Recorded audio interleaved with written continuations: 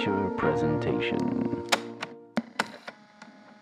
Welcome back to another Untitled Movie Review. I am one of your hosts, Matt Rohrbeck, alongside, he's allergic to tomatoes, but he is tomato meter approved, Eric Marchin. Roar. Woo! Yeah, today we are reviewing Elizabeth Banks' Cocaine Bear, although we might not be as hyped as if you did a line of cocaine. Eric, how are you today? You got the bear hat on if people aren't watching the video. I'm ready to go. I'm ready to go.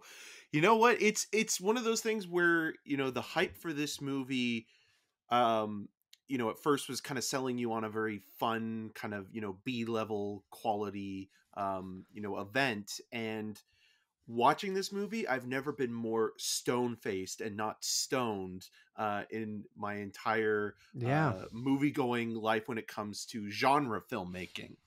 Yeah, and it doesn't have to do much, but at least be cohesive. Yeah, I'm unfortunately with you. I think it's always funny to me when this happens, when, a movie we were both moderately excited for, the title alone, Cocaine Bear, produced by Phil Lord and Chris Miller, directed by Elizabeth Banks. I've liked her, filmography so far, hit or miss, but I like, Charlie's Angels. I'm with you 1,000%. And this happens often, but not super often, where the critical consensus or the consensus from an audience, has been mostly positive, right?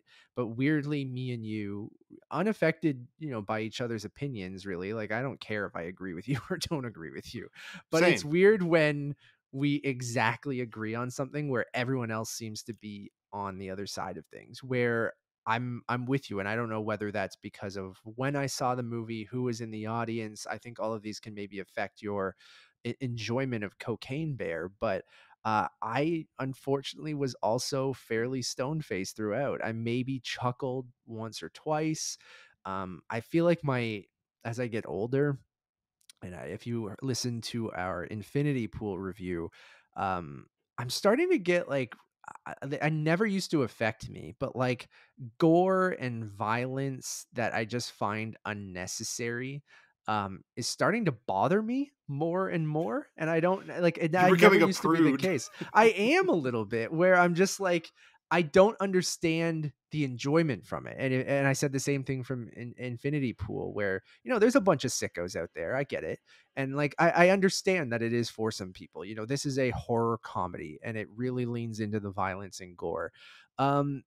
But I just don't find enjoyment in that anymore. And this is coming from a guy who liked the Saw movies and like things like that. But then as the Saw movies went on, I always said this, like the thing I liked the least about the Saw movies is when they got just obscenely gory for what seemingly was for no reason other than just to be gory. And that's and we've talked about this even in our Last of Us reviews, that, that show is weirdly restrained, other than maybe the last action sequence in the last episode, when it comes to like violence and gore. There's tons of violence, but the gore factor and the on-screen violence is fairly restrained. And we always say, like, sometimes being creative and showing off-screen violence can be more scary or disturbing than actually just showing gore. And I think that's my biggest problem with the movie, is that like I was just watching fairly good people get mauled by a bear, and I wasn't entertained by that. I was just kind of not horrified even, but just like, this isn't fun. That person did nothing wrong. The lovely guy and his wife at the beginning. We're going to go full spoilers on this review, everyone, just because the movie's been out. The movie's been out for a while. There's nothing really to spoil, but like, it really, I guess, who lives, who dies, that kind of thing. But it doesn't really matter. I don't remember any of the characters for the most part, other than Keri Russell. I love Keri Russell. Even though in this, she's just, no one has much to do in this.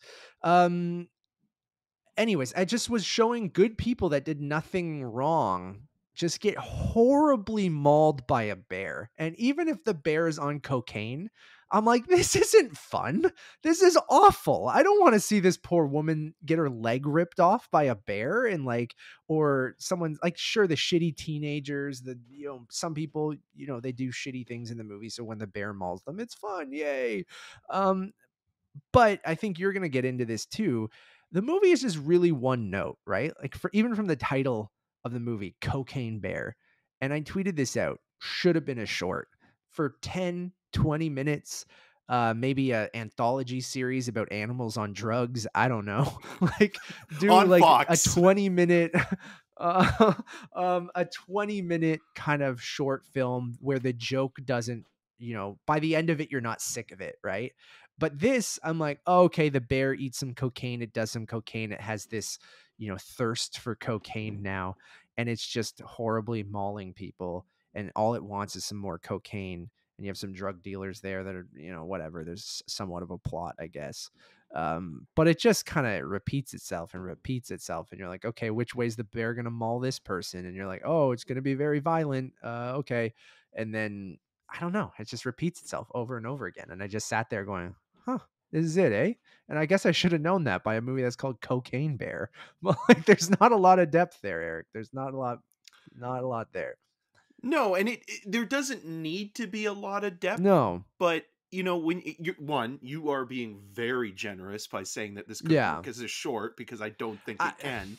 yeah. And it's strange because the Phil Lord and Chris Miller thing of it all, I think, is what's throwing me off quite a bit, and I'm sure it is with you as well, because those two guys are so good at developing material and shepherding talent and knowing the absurdity of something that might be able to work within the context of a genre, or has more heart in it. And this movie, you can see elements of the motherhood of the black bear protecting her cubs, and then Keri Russell's character trying to find and protect her Yeah. daughter, played by Brooklynn Prince of the Florida Project. And so it's like, okay, there's this thematic through line there, and you watch this and the whole time you're thinking,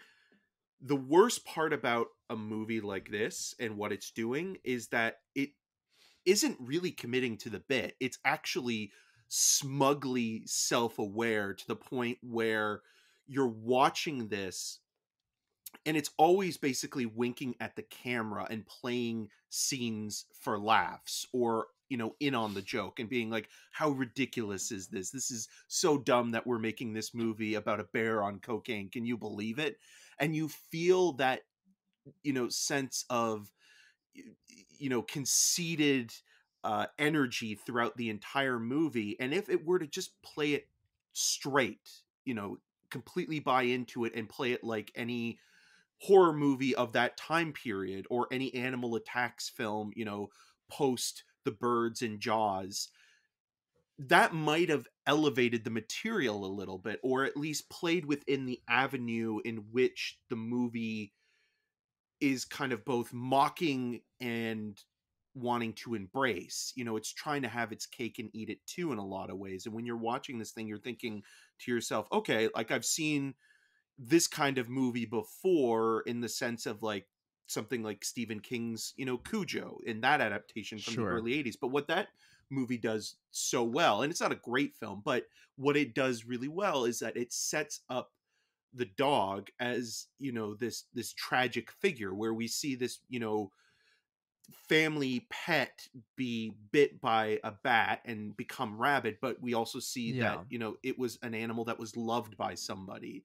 You spend very little time with the bear. Maybe if you had a scene with the bear and her And the cubs Cubs at the early beginning. on, Yeah. before they were coked up, maybe there would be some sort of connection there. And then I as a agree, especially sorry to cut you off, yeah, but no. being a black bear, which they say black bears are relatively, not violent, and yeah, But they're maybe protecting their territorial. cubs, but yes, because protecting their cubs and different things like that. Like, I get that stuff, but I agree with you there of, if you painted a little bit more of a picture of this bear that didn't necessarily want to hurt people, but when it's hopped up on cocaine, it does, is like, yeah, it is just played through a joke, which I think the joke is beaten to death throughout. Yeah. Yeah, and so when you have that as your kind of sort of fulcrum, you're looking at it as like, okay, well, you're playing this movie you know, as a cartoon to begin with.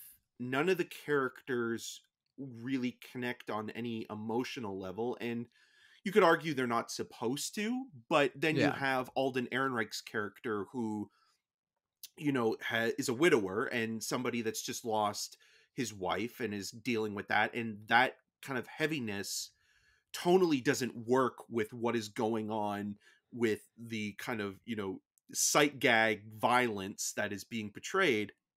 And then you think about how that doesn't work with who the character is, because you learn that that character is the son of Ray Liotta, and Alden Ehrenreich's character also has a child, and he is basically abandoned his boy and left him with Ray His Liotta to drug lord babysit. father. But that doesn't make any sense, because the Alden Ehrenreich character wants to get away from his father and away from the Yeah. family business, because as you learn, Ray Liotta's character is this sort of gangster who's working with the Colombians, and in the beginning of the movie, you see uh, Matthew Rhys, who plays this corrupt cop, drop bags of cocaine over Georgia, and they land in a national park. And this whole idea of that, this, you owe this cartel all this drug money, and they need it, or there'll be consequences to suffer, and Leota's family specifically will suffer the consequences. So with that, like, you're thinking to yourself, okay, like, there's a little bit of a plot there, but again, like, it doesn't feel earned in terms of any of the emotions there are scenes that I think could have been played either rougher or dirtier. There was potential in a park restroom that, in a movie of this ilk, if it was released at the time that it was being made, because it takes place in 1985, it would have been grungier and grosser. And when you have a scene that takes place in a public washroom, especially in Yeah. a public, like a park, or something like that, you should be able to almost smell what you're seeing and make it so gross. It's not. It's kind of No. blandly played out. The action, I think, suffers quite a bit because of the CGI and the motion capture Of the and bear. of the Yeah. bear. And the movie was shot in Ireland, which is kind of interesting, I guess. But Even the look of the movie doesn't match that kind of time it's period kind of or that too muddy grunginess. as Like well. Like, it's dark looking, and it's it's hard to weirdly see at clear, but times. also dark, digital Yeah, and dark, which is weird. Like you'd want this to have that kind of grindhousey kind of film grainy kind of look, right? Like that's kind of what I would have liked to see from this movie when it feels weirdly muddy yet glossy. Like that's this weird digital look that is both clean and dirty at the same time, but not in the dirty way that you want it to look, right? Like yeah, it's like a strange. faux grain, like even something Yeah, like even you like Hobo with a Shotgun. I think Hobo with the yeah, Shotgun's the movie that kind of plays it both. Jason Isner's movie plays it both, like, realistic to what those movies were, but is able to bring it into a contemporary fold. And so we're watching this movie as a kind of throwback, but at the same time, it doesn't really learn any of the lessons, that those movies were. It's kind of condescending to those films in a way. Like, if this was a film that kind of did the a lot of, like, 80s, animals attack films will have, especially when it came to bears, will have a real bear, but it won't be really anywhere near the actor, but the cutting, which is very clumsy, you'll have the shot of the has some bear, comedic moments, the right? shot of the Because of person yeah. screaming, but the bear, it seems like, is in a different room entirely. And then you'll Yes. have human hands, but in, like, a bear suit, maul Dude, the that's what person. they and you'd think That would be someone like Phil funny. Lord and Chris Miller, like I know they're just producers on this. It's Elizabeth Banks's movie, but like them all working together, like there could have been some comedic things if you tried to take some of those learnings from those movies and make a modern version of that. Instead, they made a modern film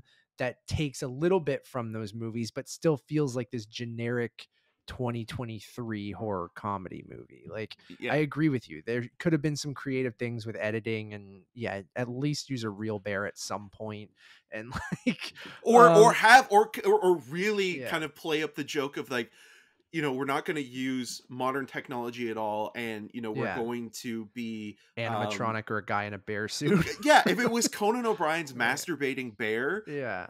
running around with like coke on its nose, Like, and make it that would be absurd, right? funny. Instead of, Yeah. they do weirdly try to play it straight, but not to the point where you're saying like a Jaws or a Cujo or something like that. Like, they play it straight, but in that generic straight, if that makes sense. Like, Yeah. it's not, it's almost like you needed to pick a lane and go, other than the winking at the camera being like, it's a bear on cocaine, and that being your joke the whole time, is like, pick a lane and go absolutely fucking absurd or absolutely horrifying. Like, this is a bear on cocaine and it's going to kill everyone. And I feel like they weirdly play it in the middle, to the point where when you don't pick a lane, it's like, this movie's absurd, huh? And then you're like, well, not really.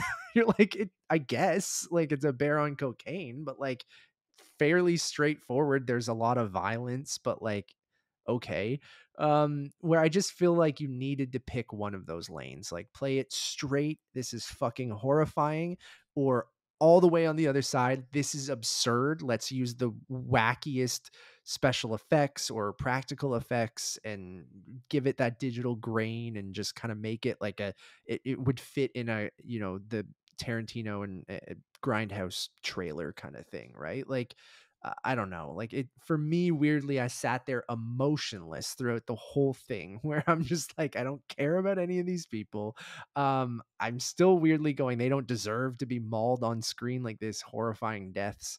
Um, but then if you're gonna do that, yeah, just pick a lane. Come on. I mean, I like seeing Liotta again for like one final time, and he's doing his Ray Liotta thing, and he's perfect at it. It's just like, I like Keri Russell, I like O'Shea Jackson Jr., I like Alden Ehrenreich. Like, I loved Brooklyn Prince in Florida Project, and I didn't even realize it was her until like halfway through, and then I was like, oh yeah, okay.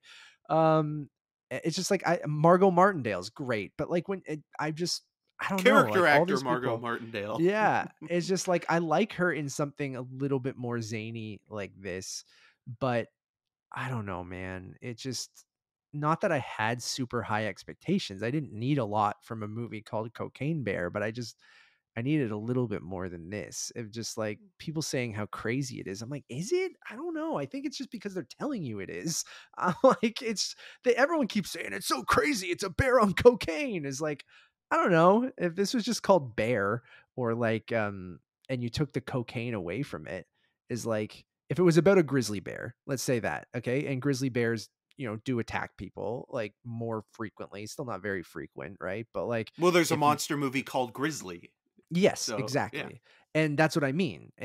But if you took this movie, took the cocaine out of it, and then people would be like, well, that's the point of the movie. It's like, I guess, but like, it's just a means to get the bear to attack people. It's just like, it's not anything more than that. So if you just made this movie about a grizzly bear in this forest that was attacking some children, and take, even if they're still drug dealers trying to find cocaine, but the bear doesn't do cocaine and it's just a grizzly bear, it's just like, is there's nothing there. It's just like, No. I don't know. And then, I don't know. I was just really like, huh, okay.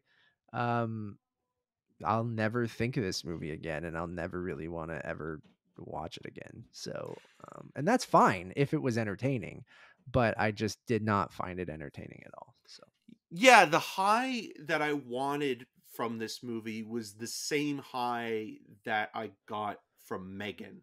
Megan's yeah, not a great movie, but it has so much fun, but it's it's also silliness. Yeah. but it's also playing it straight. Like, I think, like, Yeah. it's treating the material with a sense, not that it's like, oh, this is great, horror material or anything, but it's the performances, the acting are playing it in a way that is tonally, completely, treating that material sincerely. And when you're watching it, that's what makes it funny, because everybody is treating the Megan doll, like a threat, and Yeah. Yeah. humor comes from that. I think if Like that scene they with the police officer in Megan, right, oh, is it's amazing. genuinely funny, Yeah. where you don't really get that here. or even when the kid is opening those collector toys, like like things like that, where it's not supposed to Yeah. be funny, but it plays funny because it's you can see how serious Allison Williams' character is, like, oh, I don't really want you to play with this, but I have to, But I will, because appease I have to. the Yeah. psychologist or social worker. And so things like that really have an impact on how the tone of this movie works. The best version of this specific subgenre recently, um, is honestly Alexander Aja's Piranha 3D and his Crawl, where both of those movies, Piranha 3D is a horror comedy, and I mean even Yeah. the original Joe Dante one did the same thing, where it's like it's ridiculous, but it's still playing it with the same sincerity that Jaws would have, where it's like, you have a group of people having to fend off, this small coastal town against piranha. It's so Yeah. silly, but it works Yeah. because the gore is over the top, but the performances and the Match that. filmmaking, they do, but they also respect it, and they also Yeah, no, still I play agree. it as a threat, but it's still very silly. And then with Crawl is isn't as funny, but you still get the sense of the fear and being in such a tight claustrophobic area and And I having to think you deal you with that. and you cheer for the character, the lead, in that movie to kind of overcome the crocodile, right, or alligator. Yeah. And I feel like in this, I'm never cheering for. I guess you're supposed to maybe cheer for the cocaine bear, but I don't, because they're good people. So then I guess you're cheering against the bad drug dealer, right, Ray Liotta. But even then, like, sure, Keri Russell trying to find her daughter and things like that, I guess you're cheering for that. But I'm never once being like, yeah, overcome the cocaine bear. It's just like I didn't even know who the movie wanted me to root for. And I feel Well, like there's no Crawl does development do it. there. Yeah. That's a big problem, because all you're doing is seeing Keri Russell, Ray Liotta, Alden Ehrenreich, O'Shea Jackson Jr., et cetera, et cetera. You don't know who the characters' names are. You don't have any inkling as to what their goals are, other than to just survive this circumstance in this situation. But there's more development, weirdly, in slasher films where teenagers get killed off, because at least with some of those movies there is a kind of sense of, okay, you're playing the bully, and you're playing the good girl, and you're playing the camp counselor. There's and they're being played by actors that I for the most part you've never seen before, or it's their first role. And so I think casting bigger names in these parts kind of also, it does it a disservice, because you're just projecting on, like, oh, this Yeah. is this person kind of, again, mugging for the camera in a way that feels cheap, Here's Jesse Tyler Ferguson in was in it a a fat bad suit, or did wig, he, and in like, in or a did he yeah. just, I don't know, like, or maybe he gained weight for it, but like I don't know. It's just like, yeah, bad wig, and or you have, oh, it's the guy from Force Majeure and Fate of the Furious, and um Game of Thrones, and like yeah. in Game of Thrones, you're like, I love that guy, and then you're just, I don't know, you're distracted. I agree. I don't know. Sometimes it doesn't work, Eric, and that's fine. Yeah. Um, I'm gonna give the film a 2 out of 5. That's being somewhat generous, but I did laugh a few times, but I can't even remember the jokes that I laughed at. There was only like once or twice where I audibly like laughed at something, so I'll give it credit for that. Um, but and I guess maybe for the 95-minute runtime, but 2 out of 5 for me. I'll also give it a 2 out of 5, and I'll sum this up by saying a conceited creature feature blows its high concept on cheap laughs and mayhem. It's barely a movie. There you go. Heard it here, and probably not first, but you heard it here. Thank you all for listening or watching. We really do appreciate it. Please go check out our other shows. Maybe you want more reviews, which you can get right here on Untitled Movie Reviews, or on youtube.com/Untitled Movie Podcast, I think is the URL because it changed with everything. But we have a review out for Ant-Man and the Wasp: Quantumania. It's spoiler free, but if you've seen the movie, you'll know some of the things we're talking about. We have all of our Sundance reviews, which you guys can go back and listen to. Over on Untitled Movie Podcast, we have an episode where we talk about our thoughts on all the trailers from the big game. Our newest episode 145, will be but talking about my trip to We're Florida, gonna deal with where it I finally. went to. We're gonna deal with Walt Disney World and Universal Studios Orlando, where I'm gonna kind of go over my family trip where we went to Walt Disney World and Universal Studios Orlando. Gonna rank the rides that we went on from the Rohrbeck family. It was a consensus through all of us. That'll be fun. So I'll talk about all that as well as what Eric and I have been watching and different things. So that should be up soon, episode 145, over on Untitled Movie Podcast. And then our third show called The Cast of Us, which is a HBO The Last of Us after show. We do have episode 6 and 5's breakdowns down. We were a little late on 5, so you can get episodes 5 and 6 where we break down, recap, review the latest episode of The Last of Us. We'll be back tonight for episode 7, which is Left Behind. So that'll be available at 10 p.m. Eastern every Sunday for the last couple episodes of The Last of Us. And then maybe more after that. We'll see. And we'll be back for season 2 for sure. So all of that stuff you can find at our one-stop shop, which is over on Letterboxd, which is Untitled_movies. That's probably your easiest spot. Or like I said, podcast services or YouTube.